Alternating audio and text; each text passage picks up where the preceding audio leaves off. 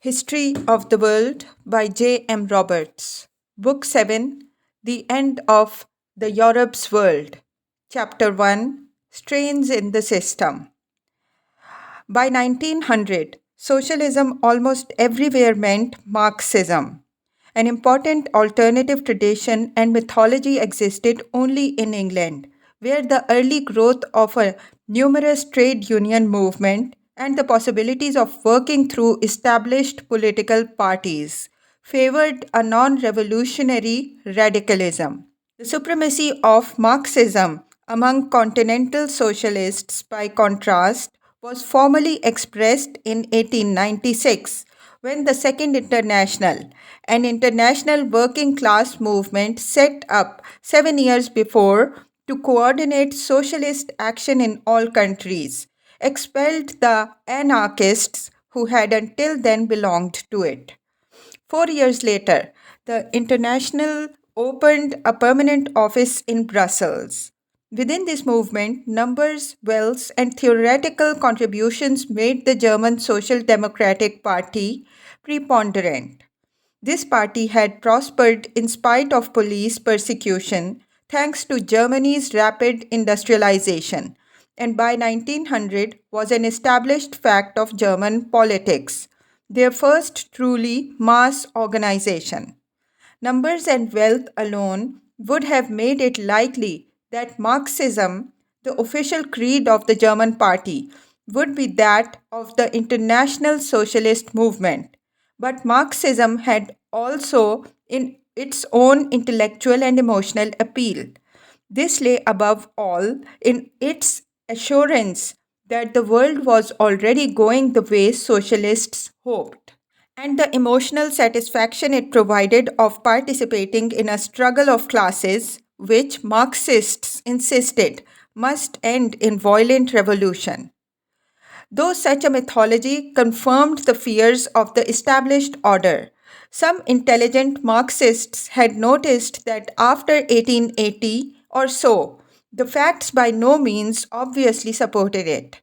Manifestly, great numbers of people had been able to obtain a higher standard of living within the capitalist system. The unfolding of that system in all its complexity was not simplifying and sharpening class conflict in the way Marx had predicted. Moreover, capitalist political institutions had been able to serve the working class. This was very important. In Germany, above all, but also in England, important advantages had been won by socialists using the opportunities provided by parliaments. The vote was available as a weapon, and they were not disposed to ignore it while waiting for the revolution. This led some socialists to attempt to restate official Marxism so as to take account of such trends. They were called revisionists, and broadly speaking, they advocated a peaceful advance towards the transformation of society by socialism. If people liked to call that transformation, when it came, a revolution, then only an argument about usage was involved. Inside this theoretical position and the conflict it provoked was a practical issue which came to a head at the end of the century, whether socialists should or should not sit as ministers in capitalist governments. The debate which this aroused took years to settle. What emerged in the end was explicit condemnation of revisionism by the Second International, while national parties, notably the Germans, continued to act on it in practice, doing deals with the existing system as suited them. Their rhetoric continued to be about revolution. Many socialists even hoped that this might be made a reality by refusing to fight as conscripts if their governments tried to make them go to war. One socialist group, the majority in the Russian party, continued vigorously to denounce revisionism and advocate violence. This reflected the peculiarity of the Russian situation, where there was little to hope for from parliamentary politics and a deep tradition of revolution and terrorism. This group was called Bolshevik, from the Russian word meaning a majority, and more was to be heard of it. Socialists claimed to speak for the masses. Whether they did so or did not, by 1900 many conservatives worried that the advances gained by liberalism and democracy in the 19th century might well prove irresistible, except by force. A few of them still lived in a mental world which was pre 19th rather than pre 20th century. In much of Eastern Europe, quasi patriarchal relationships and the traditional authority of the landowner over his estates were still intact. Such societies could still produce aristocratic conservatives who were opposed in spirit not merely to encroachments upon their material privilege, but to all the values and assumptions of what was to be called market society. But this line was more and more blurred, and for the most part, conservative thinking tended to fall back upon the defense of capital, a position which, of course, would in many places half a century earlier have been regarded as radically liberal because individualist. Capitalist, industrial, and conservative Europe opposed itself more and more vigorously to the state's interference with its wealth, an interference which had grown steadily with the state's acceptance of a larger and larger role in the regulation of society.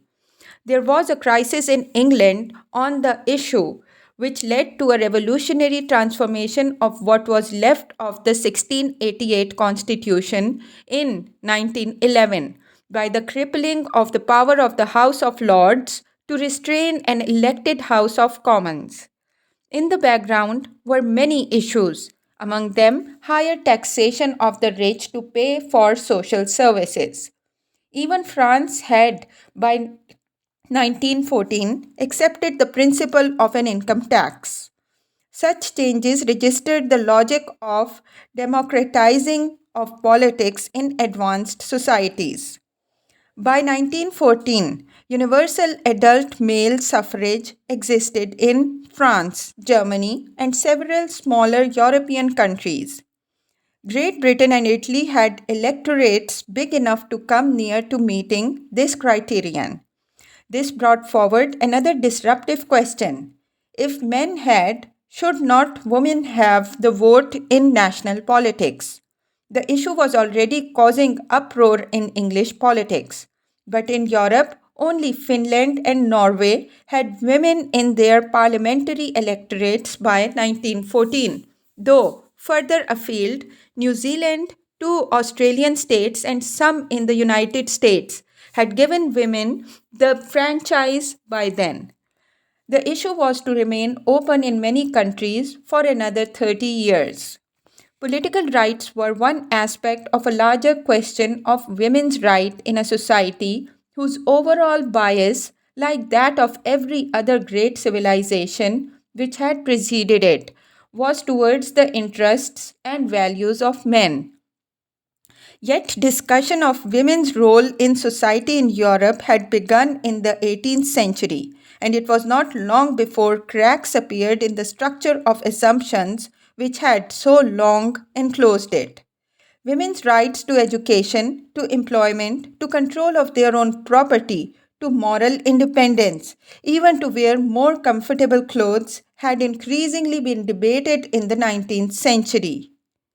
Ibsen's play, A Doll's House, was interpreted as a trumpet call for all liberation of women, instead, as the author intended, a plea for the individual. The bringing forward of such issues implied a real revolution. The claims of women in Europe and North America threatened assumptions and attitudes which had not merely centuries but even millennia of institutionalization behind them. They awoke complex emotions, for they were linked to deep seated notions about the family and sexuality. In these ways, they troubled some people, men and women alike, more deeply than the threat of social revolution or political democracy. People were right to see the question in this dimension. In the early European feminist movement was the seed of something whose explosive content would be even greater when transferred, as it soon was, to other cultures and civilizations as a part of the assault by Western values. The politicization of women and political attacks on the legal and institutional structures which were felt by them to be oppressive probably did less for women than did some other changes. Three of these were of slowly growing but eventually gigantic importance in undermining tradition. The first was the growth of the advanced capitalist economy. By 1914, this already meant great numbers of new jobs as typists, secretaries, telephone operators, factory hands, department store assistants, and teachers for women in some countries. Almost none of these had existed a century earlier. They brought a huge practical shift of economic power to women. If they could earn their own living, they were at the beginning of a road which would eventually transform family structures. Soon, too, the demands of warfare in the industrial societies would accelerate this advance as the need for labor opened an even wider range of occupations to them. Meanwhile, for growing numbers of girls, even by 1900, a job in industry or commerce at once meant a chance of liberation from parental regulation and the trap of married drudgery. Most women did not by 1914 so benefit, but an accelerating process was at work because such developments would stimulate other demands, for example, for education and professional training. The second great transforming power was even further from showing its full potential to change women's life by 1914. This was contraceptive. It was already decisively effective demography. What lay ahead was a revolution in power and status as more women absorbed the idea that they might control the demands of childbearing and rearing, which hitherto had throughout history dominated most women's lives. Beyond that lay an even deeper change, only beginning to be discerned in 1914, as women came to see that they could pursue sexual satisfaction without necessarily entering the obligation of lifelong marriage. To the third great force, moving women imperceptibly but irresistibly towards liberation from ancient ways and assumptions, it is much harder to give an identifying single name. But if it has a governing principle, it is technology. It was a process made up of a vast number of innovations, some of them already slowly accumulating for decades before 1900, and all tending to cut into the iron timetables of domestic routine and drudgery, however marginally at first. The coming of piped water or of gas for heating and lighting are among the first examples. Electricity's cleanliness and flexibility was later to have even more obvious effects. Better shops were the front line of big changes in retail distribution, which not only gave a notion of luxury to people other than the rich, but also made it easier to meet household needs. Imported food, with its better processing and preserving, slowly changed habits of families catering once based, as they are still often based in India or Africa, on daily or twice daily visits to the market. The world of detergents and easily cleaned artificial fibers still lay in the future in 1900, but already soap and washing soda were far more easily and cheaply available than a century before, while the first domestic machines, gas cookers, vacuum cleaners, washing machines began to make their appearance at least in the homes of the rich early in the 20th century.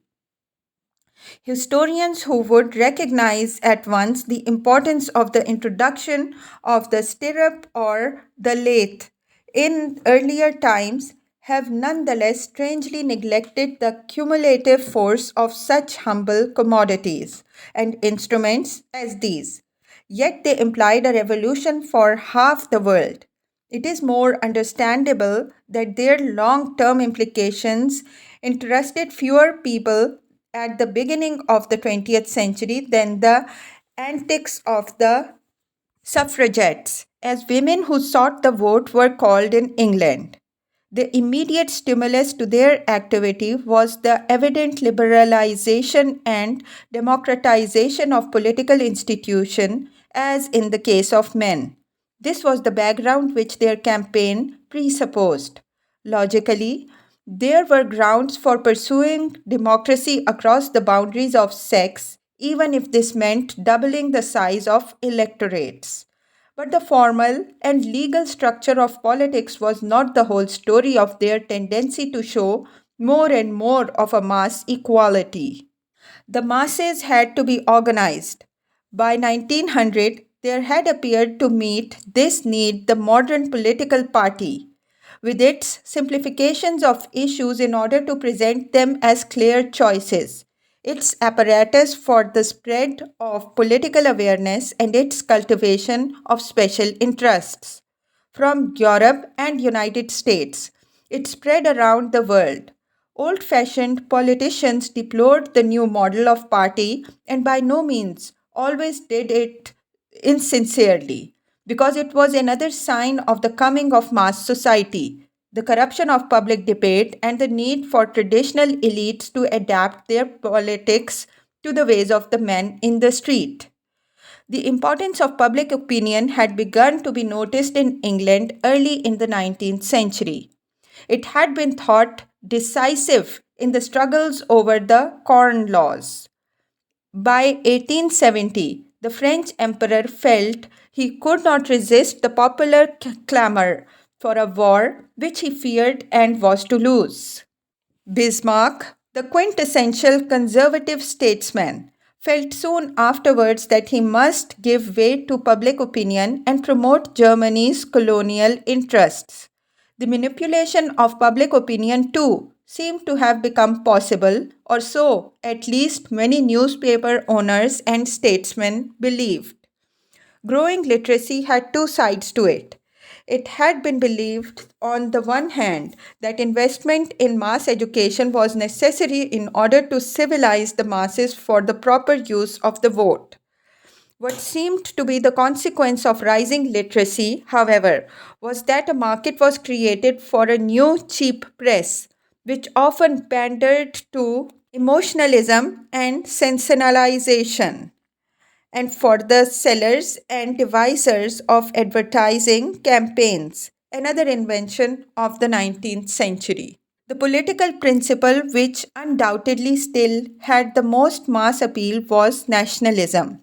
Moreover, it kept its revolutionary potential. This was clear in a number of places. In Turkish Europe, from the Crimean War onwards, the successes of nationalists in fighting Ottoman rule and creating new nations had hardly flagged. Serbia, Greece, and Romania were solidly established by 1817. By the end of the century, they had been joined by Bulgaria and Montenegro. In 1913, in the last wars of the Balkan states against Turkey, before a European conflict swallowed the Turkish question, there appeared Albania, and by then an autonomous Crete already had a Greek governor. These nationalist movements had at several times dragged greater states into their affairs and always presented a potential danger to peace.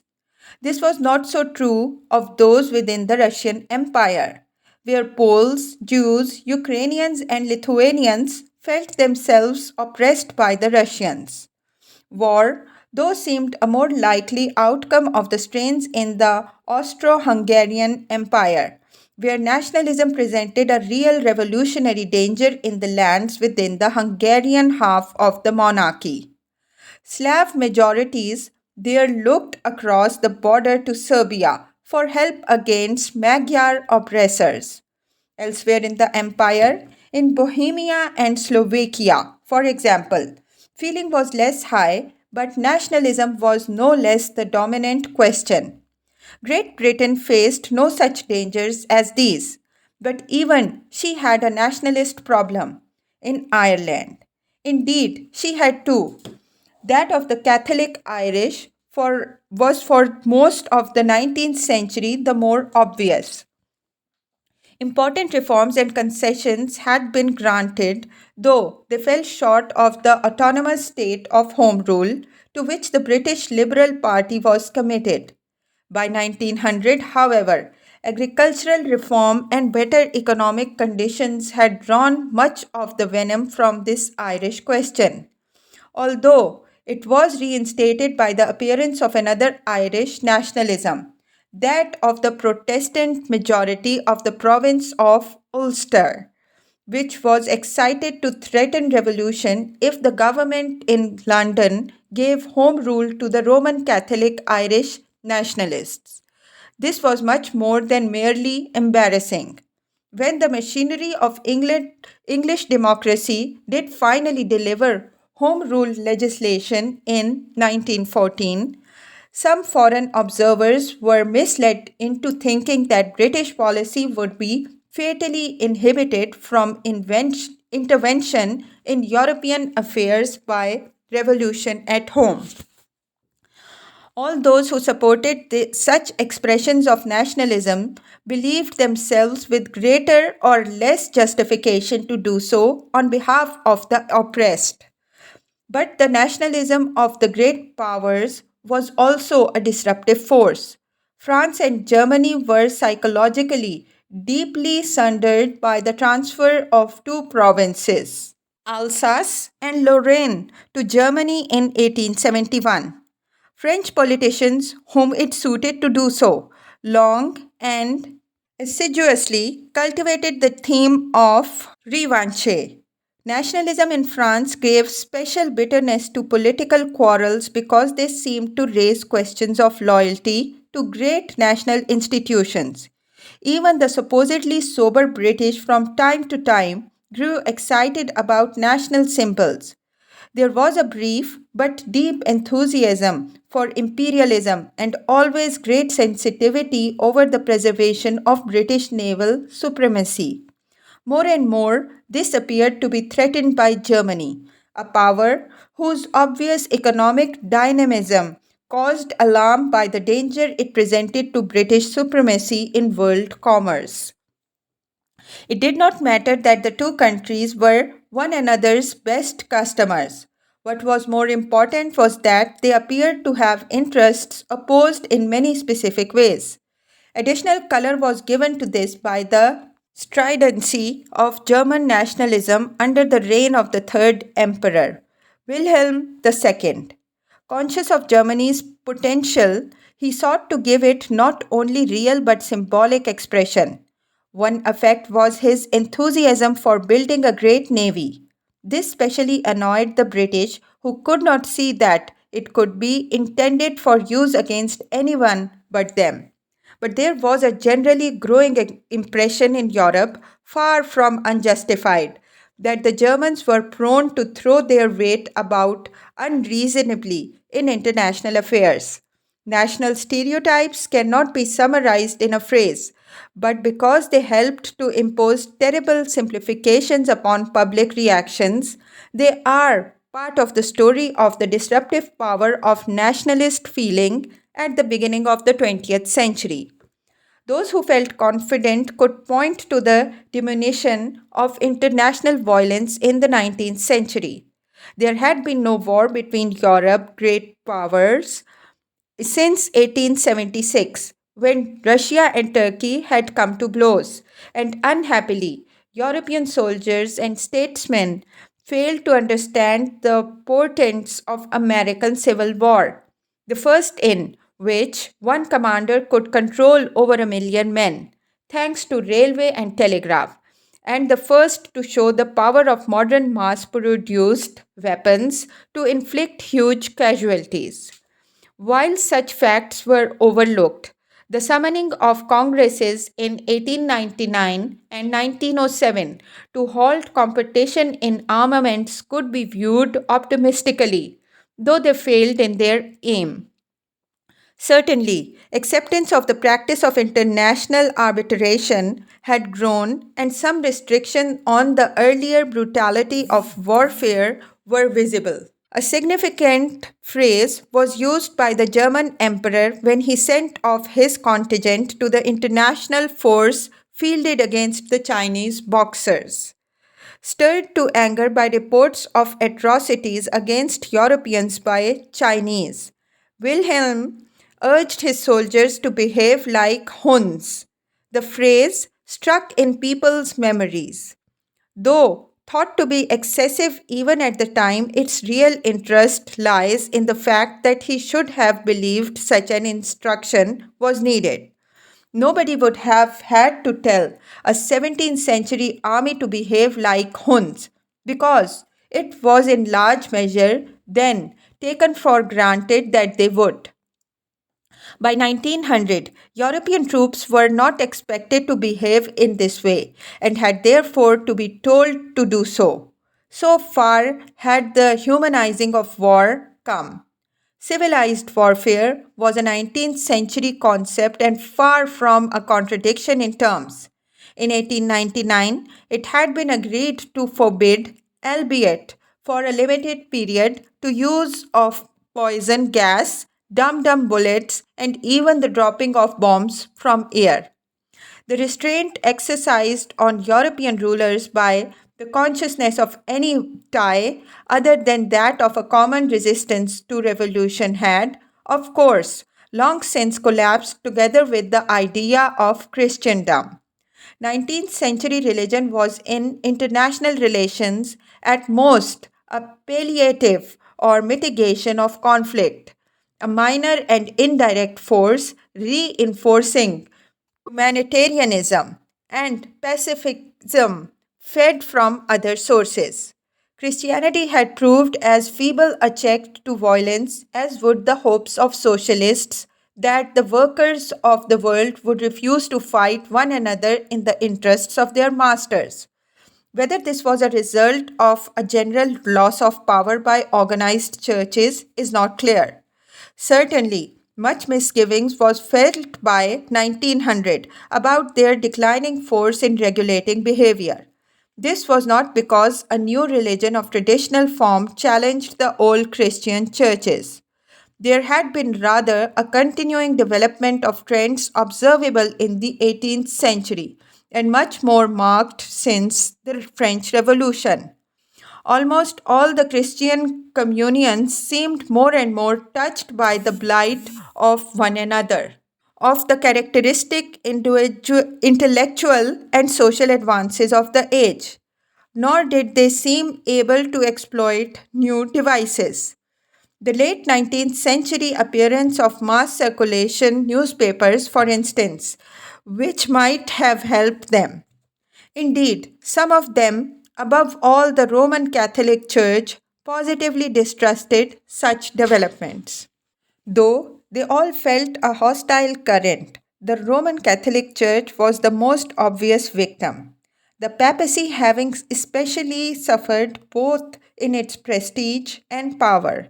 It had openly proclaimed its hostility to progress, rationality, and liberalism in statements which became part of the dogmas of the Church. Politically, Rome had begun to suffer from the whittling away of the temporal power in 1790s when the French revolutionary armies brought revolutionary principles and territorial change to Italy and the invasion of the papal territories. Often, later infringements of the papacy's rights were to be justified in terms of the master ideas of the age: democracy, liberalism, nationalism. Finally, in 1870, the last territory of the old papal states still outside the Vatican itself, was taken by the new Kingdom of Italy, and the papacy became almost entirely a purely spiritual and ecclesiastical authority. This was the end of an era of temporal authority stretching back to the Merovingian times, and some felt it to be an inglorious one for an institution long the center of European civilization and history.